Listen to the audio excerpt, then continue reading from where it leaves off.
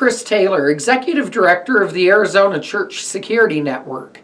And today we're going to continue our series of videos on why we need safety and security ministries in our houses of worship. Today, as we continue to focus on different types of incidents, we're going to talk about a very wide classification, and that is of criminal activity. When we look at criminal activity that may occur at our churches, we know there are a wide variety of different crimes that may take place. We may be victims of vandalism, of burglary, of robbery, of domestic violence, sex offenders, and active violence. When we look at criminal activity at churches and other faith-based organizations, we know the number one cause of deadly force incidents at faith-based organizations is armed robbery. And we know that from the studies that the Faith-Based Security Network and Carl Chin have published as the deadly force incident studies and statistics that are available on their website.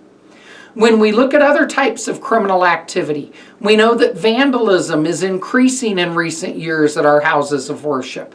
Whether they're vandalizing structures or vehicles or exterior signs and walls and fencing, we know that we need to be aware of potential vandalism. When we talk about vandalism, one of the things we want you to do is document the vandalism, report the vandalism, but then in the case of things like graffiti, we want you to immediately cover it up.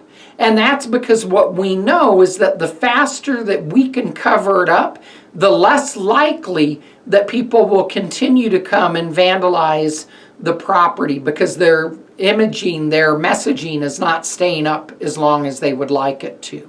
So that can be an effective strategy. When we look at burglary, we need to secure our churches. We need to make certain that doors are locked. We need to have key control policies in place.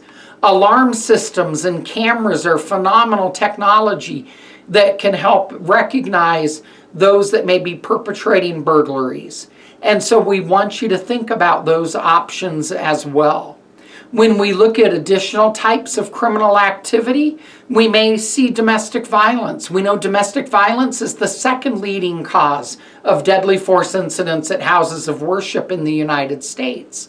And so having a robust program for how your pastoral staff and leadership interact with and counsel those that may be involved in domestic violence situations, and having awareness and training for your safety and security ministry members in this area is absolutely crucial. When we look at sex offenders, we know sex offenders are often drawn to our houses of worship.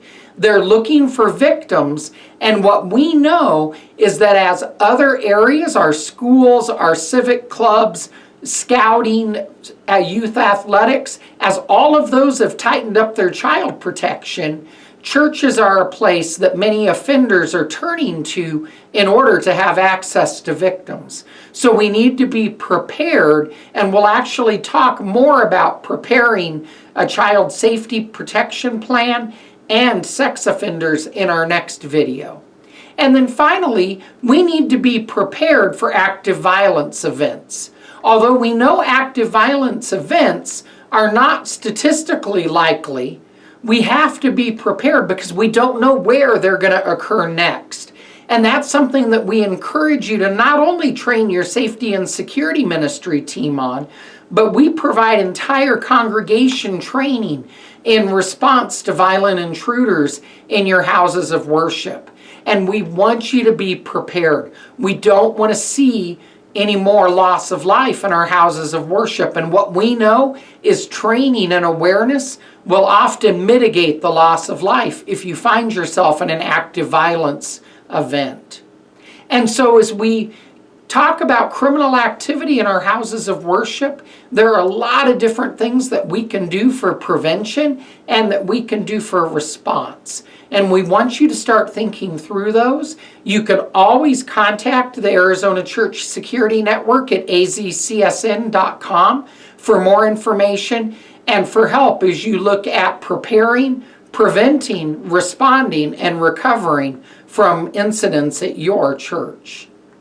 Join us next time as we continue to talk about different types of incidents that may occur at our houses of worship.